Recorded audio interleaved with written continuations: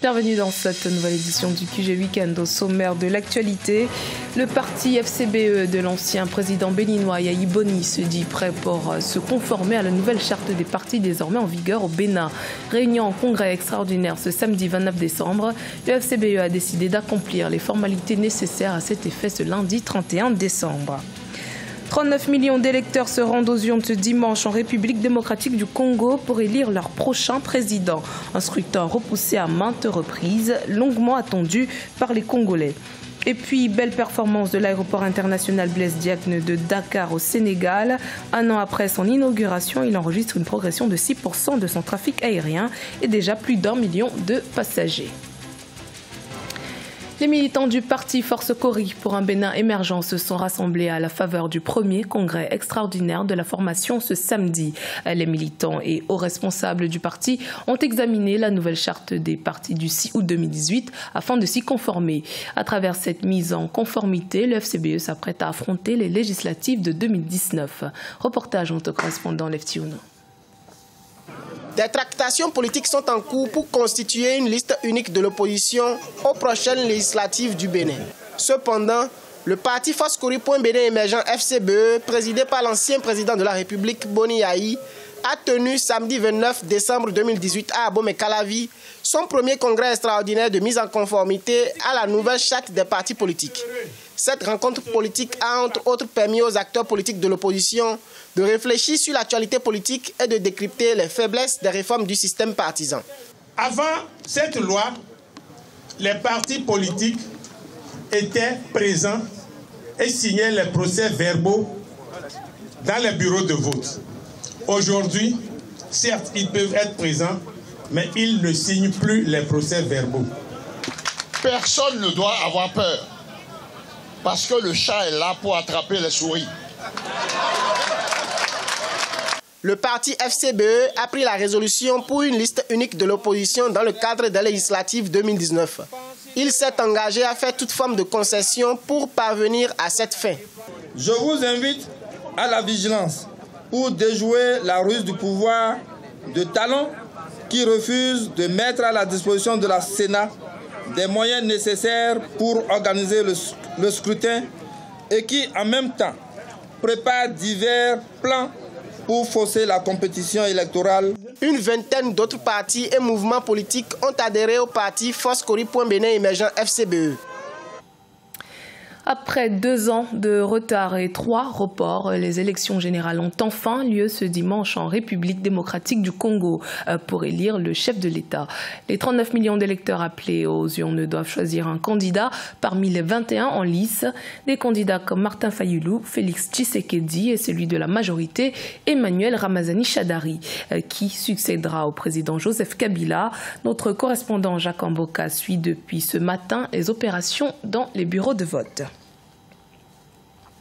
Nous sommes à l'Anténé de la Gombe. C'est donc un grand jour pour la République démocratique du Congo.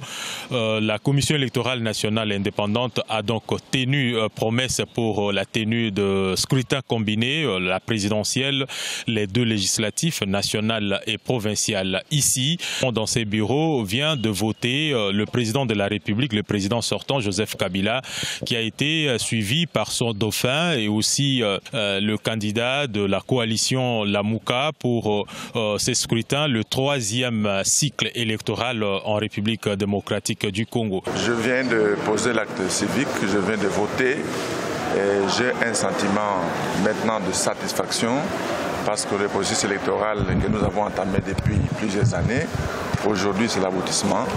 Je demande donc à tous les peuples congolais de faire comme moi, d'aller voter et d'éviter les incidents parce que nous avons intérêt à ce que le vote se passe en toute sérénité. Je crois que la victoire est de mon côté. Déjà, je crois qu'à partir de ce soir, je serai déjà le président. Aujourd'hui, nous signons la fin de M. Kabila. Nous signons la fin de la misère du peuple congolais.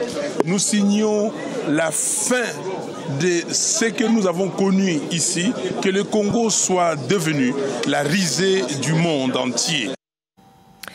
Retour à présent sur les événements politiques qui ont marqué l'année 2018 au Cameroun, notamment la tenue de 2 scrutins majeurs, à savoir les sénatoriales en mars 2018 et la présidentielle d'octobre 2018.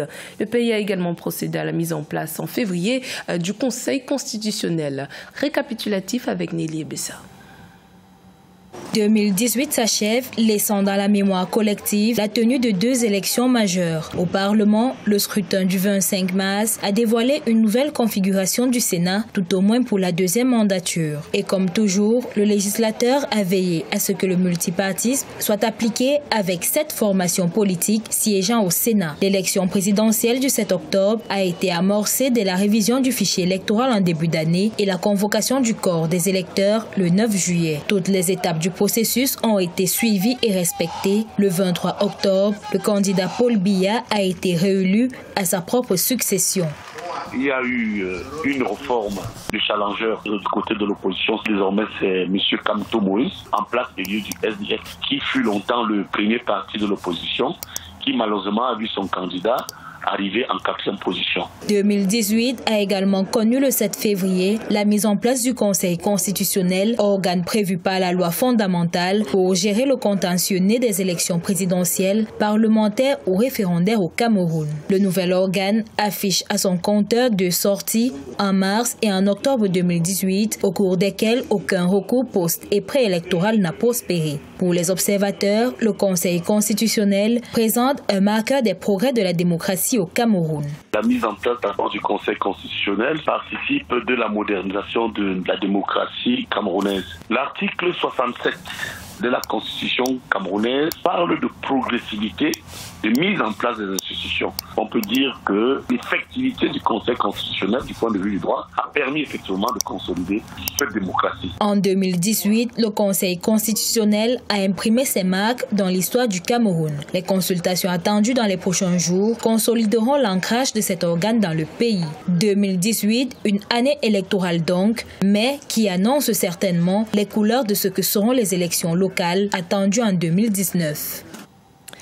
Un an après son inauguration, l'activité dans le nouvel aéroport international Blaise Diagne de Dakar semble se préciser et aller bon train. L'aéroport enregistre une progression de 6% de son trafic aérien et déjà plus d'1 million de passagers. Ce sont également 427 nouveaux emplois directs qui ont été créés, ainsi que 5000 emplois indirects.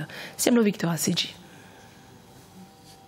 Selon les données fournies par l'Agence pour la sécurité de la navigation aérienne en Afrique et à Madagascar, ASECNA, le nombre de passagers enregistrés à l'aéroport international Blaise Diagne au terme des 10 premiers mois de l'année 2018 a atteint 1 998 865 contre 1 807 424 à la même période en 2017. C'est une hausse de 10,6% en valeur relative selon l'agence.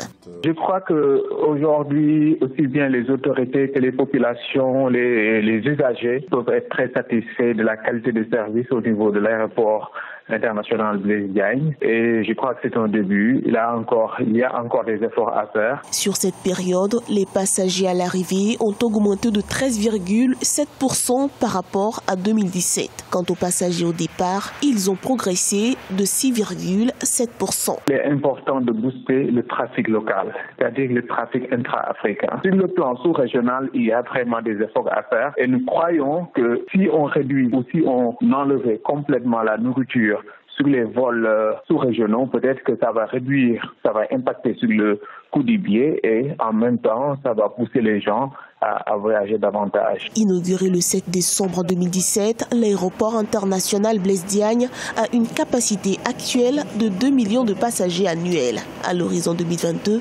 il vise 5 millions de passagers selon les autorités.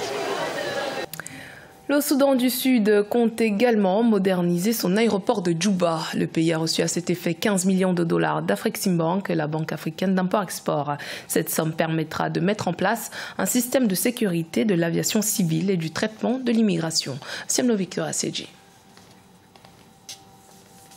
Le gouvernement sud-soudanais poursuit son vaste programme de modernisation des aéroports. Récemment, la Banque africaine d'import-export a débloqué un prêt de 15 millions de dollars afin de doter l'aéroport international de Djouba d'un système de sécurité de l'aviation civile et du traitement de l'immigration. Le Soudan du Sud n'a pas accès à la mer. L'aéroport de Djouba est donc la principale porte d'accès au pays. Moderniser cet aéroport, y mettre des instruments de sécurité permettront au gouvernement d'améliorer déjà le flux d'échanges commerciaux avec l'extérieur, les cadres économiques. Si le Soudan du Sud peut avoir une certaine autonomie, ça lui évitera d'être obligé d'utiliser des bases dans d'autres pays afin de pouvoir mener un certain nombre d'opérations, soit en termes de sécurité alimentaire, parce qu'il ne faut pas seulement voir la sécurité en termes de sécurité de non-conflit armé, mais il faut aussi voir la sécurité sanitaire. Durement impactée par la crise politique qui a duré près de 5 ans, l'économie sud-soudanaise doit se relancer. Le gouvernement s'active. Un plan de construction et de modernisation d'autres aéroports régionaux a été annoncé. C'est une population qui a besoin aujourd'hui de tout. En termes d'infrastructure, il faut que les entreprises puissent pouvoir développer. En termes d'immobilier, en termes de services financiers. En 2017, la piste d'atterrissage de l'aéroport de Djouba a été prolongée de 2400 à 3100 mètres. Un système d'éclairage plus performant a été installé. Le 29 octobre 2018, un nouveau terminal est officiellement entré en service. C'était le journal de la rédaction. Merci de votre fidélité. Dans un instant, une nouvelle édition de l'actualité sur Africa 24.